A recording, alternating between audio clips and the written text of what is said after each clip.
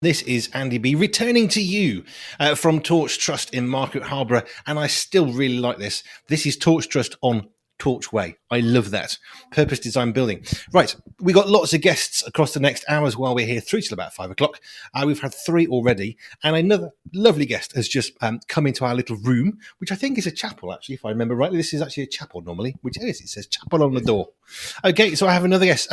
So just tell me, what's your name and why are you here today? I'm Simon, and I've come to Torch for their coffee morning to support the work. I've been involved with Torch since I lost my sight in 1971, and I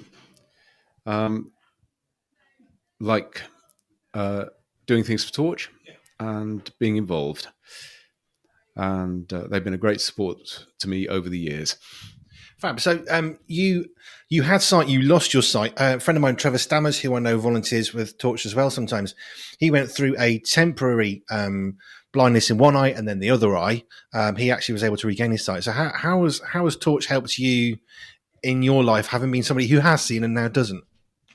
Well, I still have enough sight to get around in an area that I know, but when I lost all my sight at the same time, although I have still got some useful sight. And so it was a big change for me. But also I had other health problems as well, which were caused by the previous operation to the one that caused my sight loss.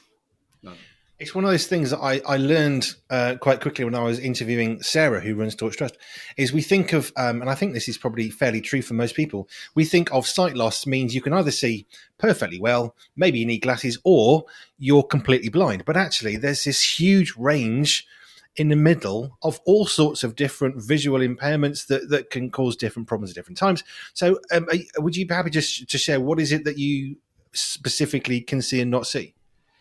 They've been wondering that for years with me because the bits of sight I have got are more or less perfect, apart from the usual short-sightedness setting in.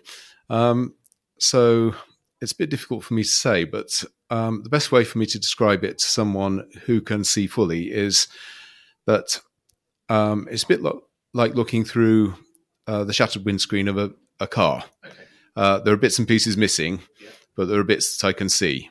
Most of the bits that I can see are on the right-hand side for me, but for other people, it can be different because with me, it's not the eyes that were damaged, but it was the link between the eyes and the brain through an operation to relieve pressure on the brain. So it was a surgery-created thing. Yes.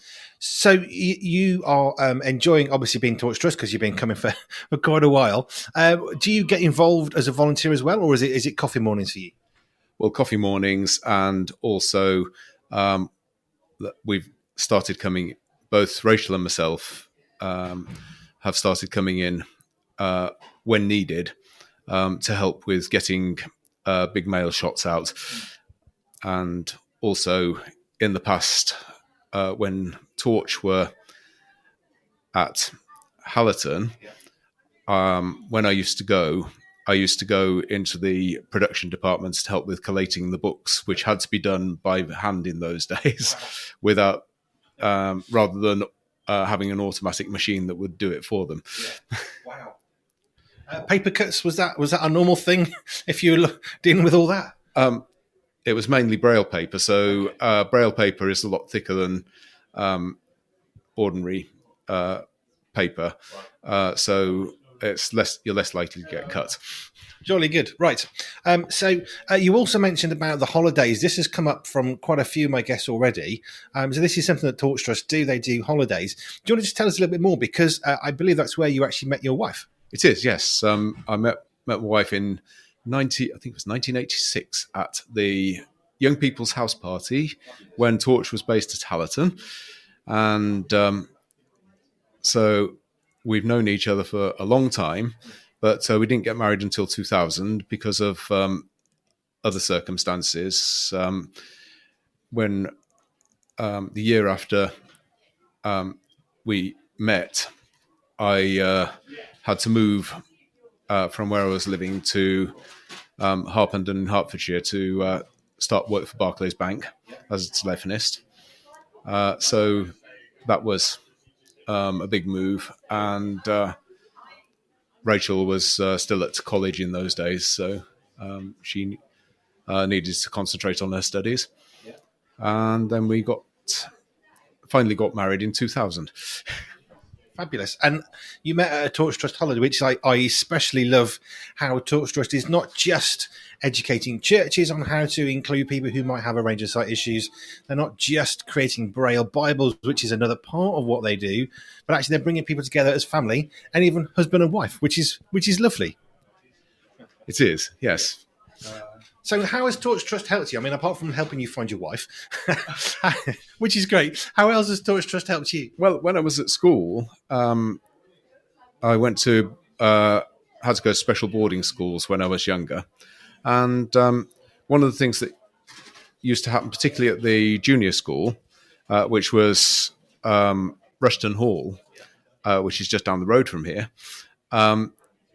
was that they used to get the Spark and Flash magazines from Torch, which were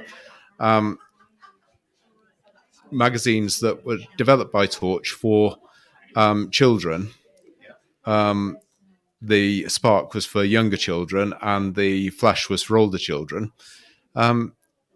with articles in and stories with Christian content to help them understand the gospel better. And so that's something you had at school. So was that a kind of a beginning of understanding who Torch is and how they might help you in your life? Yes, I think so. Yes, I found out more about Torch through those magazines. Yes, fabulous. I'm really enjoying just meeting so many different people who've got such a heart and passion for Torch and for the Torch Trust. And the thing is, it's easy to have a heart passion for a day, but I'm meeting people like Nessa, who's been here 40 years and still is volunteering. People like yourself who've been around for a long time, and that really does speak to the longevity of the heart at the centre of Torch Trust as a family community organisation, as a ministry, and just how much they encourage people. And I'm guessing you're still finding so much encouragement from your regular involvement. Yes, I am. And Torch has always, right from the beginning in 1959, it has been a faith ministry. They've never asked directly for funding, but God has provided all the way through. Which is it's a testament of what Torch is doing. Thank you so much for your time speaking to me. I'm so happy to meet a husband and a wife here who met not necessarily in this building, but because of Torch. Thank you. I'm going to let you get on with your rest of your day. We're still here and through until about 5 o'clock. So thank you for your time. Rated 5 stars by Sorted Magazine's film critic, Pure 247 takes you behind the scenes of the birth of a global Christian radio station. Andy B will have you laughing and crying as you discover what it takes to create ministry that matters in this inspiring tale of perseverance, honesty and vulnerability. Buckle up and get ready for a story that's uplifting as it is entertaining. Behind the microphone they face bankruptcy, eviction and 2 life-changing surgeries. Can they make it? Will they make it? Get your copy of this life-changing book today. Pure 247 is available now on Amazon. Andy B is best described as a man after God's own heart, who insists that God's vision and resourcing trump all handicaps.